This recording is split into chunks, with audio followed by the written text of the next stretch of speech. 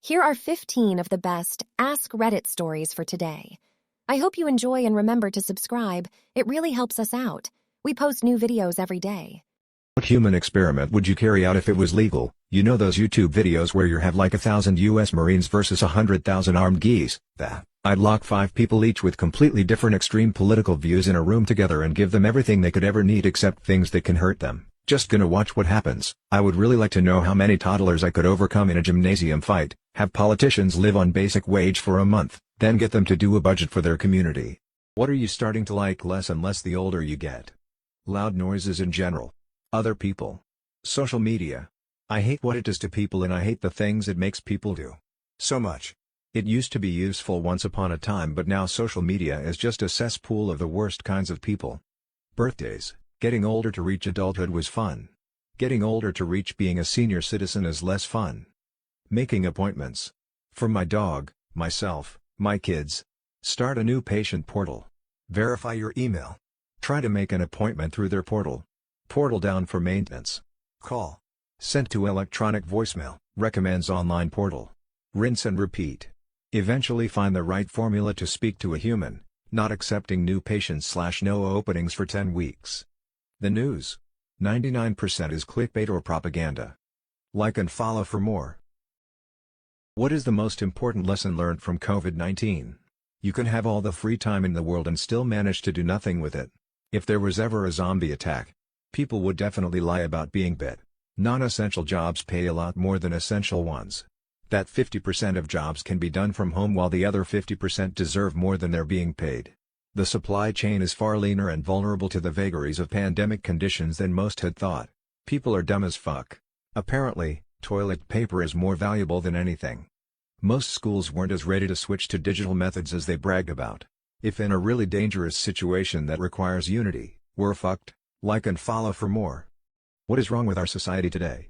I was in the local swimming pool yesterday. I say bye to my girlfriend out in the hallway before we head to our gender-separated changing rooms and showers. I find an available locker, undress, and lock my clothes in the locker. The moment I turn around, and am about to head for the shower, the door to the changing room opens wide. A woman is holding the door to let her 3 boys in. She has full view of at least 3 completely naked men and several preteen boys. She makes eye contact with me. Behind her, other guests are walking to from the female changing room further down the hallway. She says bye to her boys and closes the door to continue down to her changing room. Everyone acts like this is completely natural. Now imagine if a man did this with his daughters and holds the door open to the female changing room while looking at the other female guests and preteen girls. How do you subtly F with people? I look over people's shoulders when they're unlocking their phone so I can see their 4-digit code. Then I pretend I'm making a phone call and very loudly use their number in my fake conversation. Yeah, the address is 8319 Main Street. It's so much fun to see their neck snap back with this what the fuck look, and then watch them mentally process the depth of such a remarkable coincidence. It's even more fun to do it with people you know and don't really like. Say no pun intended occasionally after saying something normal in conversation. Most people don't want to look stupid and will laugh awkwardly while trying to figure out what the pun was. At parties, I like to introduce myself as my boyfriend's sister and then kiss him in front of whoever I introduced myself to. It has to be a peck on the lips, but drawn out just enough to gross them out. It's become a really awful inside joke. He's a good sport about it, though. Once he wrapped his arms around me as I was talking to one of his ex-co-workers and whispered, "Did you text mom?" What's the dumbest mistake you've seen an incompetent co-worker make? Nearly leaving a child behind on a field trip. We took a large group of 4- and 5-year-old children to visit a farm petting zoo pumpkin patch. We had 3 vehicles. I was in charge of my own group, but I noticed one of the other teachers was being very lax in her supervision for most of the trip. When it was time to leave, I loaded my children on the bus, with some other adults, and did a headcount attendance check. Before getting on my bus, I noticed that the other teacher had climbed onto her bus and sat down before the children boarded. She walked on first and had the kids follow her. I almost let it go, but gut instinct told me she wasn't counting her students. Once they were all boarded, I walked back and climbed on her bus. She seemed irritated when she realized I was checking on her. I was not a supervisor or anything, just a fellow teacher, so she didn't answer to me in any way. She said something like, "We're all good, let's go." I knew how many were in each group, so without answering her, I did a quick count. Sure enough, we were missing one. I ended up leaving the bus and going to find the kid myself. He was still on the playground with children from another school. When we got back to the bus, the other teacher blamed the kid. She said he wandered off. Really, she is the one who gathered the group and left the play area. Meaning she is the one who wandered off. She was pissed when I went to the administration about the incident. What is one rule that was implemented at your school or work that backfired horribly? In my dorm, If you did something that triggered the smoke fire alarm, you had to do a safety presentation for everyone on your floor. This was intended to deter pranksters from pulling the alarm. A guy on our floor was making grilled cheese in the kitchenette, and burned it, which legitimately triggered the fire alarm. Afterwards, he explained, assuming that since it had been a legitimate alarm, and not a prank, that he wouldn't have to do a presentation. He was, of course, wrong. So, the next Wednesday night, the entire floor assembled, and we were treated to a 30-minute safety presentation on the dangers of grilled cheese sandwiches. It contained literally nothing about fire safety. It was all choking hazards and cholesterol. Our RA was furious, but the student pointed out that the write-up that he'd been given just said safety presentation. We didn't get any more presentations after that. As a teenager, what was the worst thing your parents ever walked in on you doing? My mother found me systematically eliminating ants with an easy bake oven when I was 7. I used syrup to lure them into trays from their nearby anthill, then sent them to my little mini A. I had this incredibly efficient assembly line of bake, clean, again. When my mother saw this, I got sat down for a little talk in which I learned about these things called serial eliminators and how I'd grow up to be one if I kept doing stuff like this. Garbage man, woman of the world. What's the best worst thing you have found thrown away? I found my wife in a pile of garbage while working on a garbage truck. I was working being trained as a garbage man, and one day a woman was throwing out way too much good stuff, boxes of books, and I could see she was trying to fill a car and minivan, so I figured she was moving and having to sacrifice good stuff. I talked to her and offered to come back later and help her move so she didn't have to throw away so much stuff, and it ended up being a story that her husband left her for her best friend and they moved in together, and she couldn't afford the townhouse anymore as she was undergoing cancer treatment. We got married 1 year later. I like to say I found her in the trash and fixed her up, but the truth is it is opposite. I was the trash she fixed up. Late night store clerks. What is the strangest things that's happened on the job? A guy came in to buy beer after hours, told him I couldn't sell, it was against the law. He pulled out a badge, said I am the law. I called 911 and a cop shows up, tells me if I can just let it go, I wouldn't have any more problems. I let it go.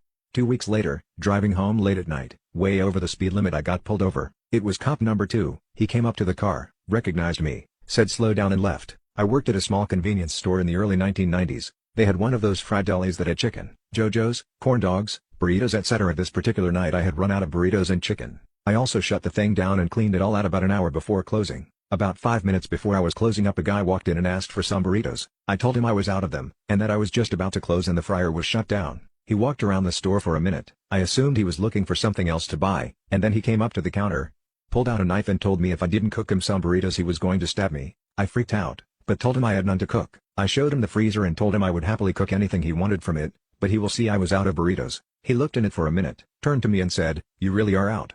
I replied, "Yeah." He then put the knife away and left the store. How did you handle a stinky coworker?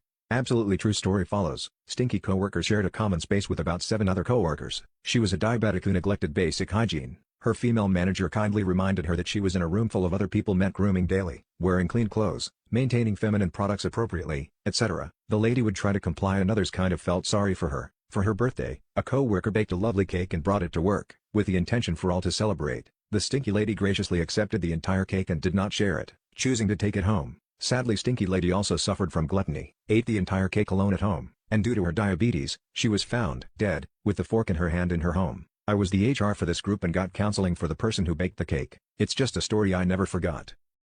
What is a safety tip everyone should know about?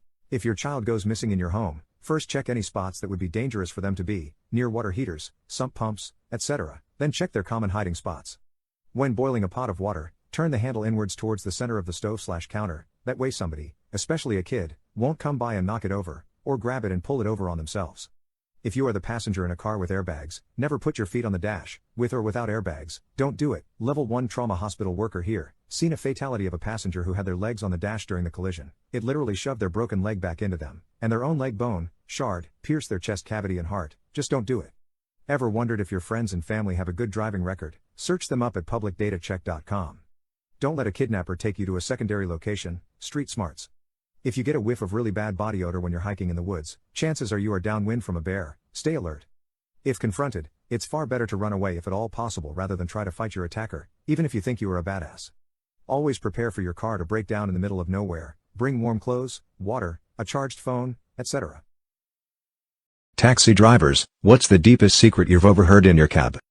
Drove a cab for a while on weekends while in college. I had dated this girl for about a month when she confessed she had a boyfriend in Germany. She told me all about him and that he was going to be moving in with her. Stop seeing her. A few months later I pick up a drunk couple at a bar, they're all over each other, making out in the back. The guy is German. We drop off the girl, then he has me take him home. He starts telling me how he just moved here to be with his girlfriend, but she's out of town for the weekend. He says American girls are easy cause they're suckers for guys with accents and he cheats on his oblivious girlfriend all the time. Yep, it was the guy. I said nothing as I dropped him at Carrie's place, always wondered what happened with them. This man and wife got in my cab a while back, they were just talking lightly, and I'm fairly certain I heard "I still can't believe our son got you pregnant." I could tell the man was super pissed. I stopped listening after I heard that. Who's the dumbest person you've ever met? My old roommate George is one of my best friends. He's one of the dumbest people I have ever met. We both ordered Chinese food one night and got the same thing. General Tso's chicken combo with pork fried rice and an egg roll. We both got Cokes. We were both walking back from the takeout place getting a little giddy about eating our food back at our place. We sit at the table and he opens the bag. His face grows stern as his brow furrows. "Which one is mine?" "What? Like which meal?" he continued as he looked up at me. "Bro, we got the same food. Whichever one you want." "I know, but, like, which one is mine?" This conversation went on for about 5 more minutes before I just took my meal and we watched Adventure Time. People who have used a Ouija board, what's the scariest response you've gotten? When I was around 13, we lived in a really old house, lots of weird stuff happened there. Great idea, Ouija time, we asked the ghost to show himself. At that moment the curtain wrapped around a chair near a window where a friend of mine was sitting. We tried to rationalize it, by saying it was the wind even though the window couldn't be opened. I am 30 now, my sister 40, we still talk about that freaking house. My sister and I once decided to make one out of paper and try it in our apartment hallway. We never thought in a million years that this would actually yield any results, but as soon as we wrote hello and asked a question, all the lights in the hallway of the apartment started flickering. We got so scared that we ran inside our apartment and burned the piece of paper in the shower tub. My mom and her 3 friends were playing once and it spelled out, 4 till no more. They didn't think anything of it and then over the course of the next month, one friend's brother overdosed, the second friend's dad passed away suddenly, and my mom and the 4th friend were in a deadly car accident, where the driver who was their close friend did not survive. Afterwards she had severe night terrors, mostly of a dark evil figure, and my great-grandma had to do a cleansing on her to get them to subside. My mom still has scars on her hand from the accident and night terrors every once in a while to this day. It took literal years to get her to finally tell my sister and I the story. We were told never to play with them nor have we ever wanted to. Not me, but my mom and dad. My brother is 7 years older than me and the story goes like this. My parents rented a house that my mom's aunt and uncle owned in the late 70s. The aunt offed herself in the early 60s in the back bedroom of the top floor. Shortly after my brother was born, they decided to use a Ouija board to try and contact her aunt. After a few questions and inquiries, they asked a question that prompted the board to respond with, "Move J." My brother's name is Jason, goes by J. They moved his crib to their room. A short few days later, a massive storm caused a tree branch to crash through my brother's bedroom window. It landed where his crib would have been. Which conspiracy theory made you think, maybe there's something? The Gillette shave foam can conspiracy. They purposely overpressure those things so shitloads of foam comes out really quickly, when in fact you only need a little to shave with. Because of this, you use more foam and have to buy more. Not exactly 9/11 or Epstein this. That the media is used to make people ununified and distrustful, so the rich can keep the world population from starting a class war against them. That aerosolized lead from leaded gasoline is why there were so many serial billers in the 70s and 80s. It's also why many boomers are so angry, aggressive and selfish. It's all because of lead poisoning. Titanic sinking was a ploy for bankers to get rid of a partner. Bill Burr made a very compelling case that the NBA is rigged in favor of big market teams and star players. You just have to give the star player 2 early fouls, and fouls are fairly arbitrary in basketball. Being a Lakers fan who watched their early 00 series against Sacramento, I'm inclined to believe it. We got so many calls. The one that states we shot down Flight 93 on 9/11. Thing is, this one I believe and I'll tell you why. I was listening to Howard Stern that day, who of course was broadcasting live in New York City at the time. They had a caller that claimed to be a witness to the downing of Flight 93, which contradicts the accepted chain of events. The caller stated military jets were already there, that there was a small explosion while the plane was airborne before it came down. The story put forth states our aircraft were still 5 minutes away. What makes this one stick to me is the fact the call was edited out of the broadcast before copies were released to the public. I've discussed this a few times in the past here on Reddit, and others claim to have heard it that day as well. If the call was still there, I don't think I'd have stuck to my guns on this after all these years, but its absence screams in my opinion. I don't believe that 9/11 was an inside job, or that it was staged, and jet fuel doesn't melt steel beams etc. But, I do believe that either, and this depends on how cynical I'm feeling that day. 1. The US government had all the information to predict an attack, but hadn't linked it all up enough to act, or 2. The US government knew enough to act, but chose not to in order to manufacture consent to war. Generally, I think there's grains of truth to a lot of conspiracy theories, but the more fanciful, ridiculous interpretations of information are pushed to discredit any questioning of the official narrative.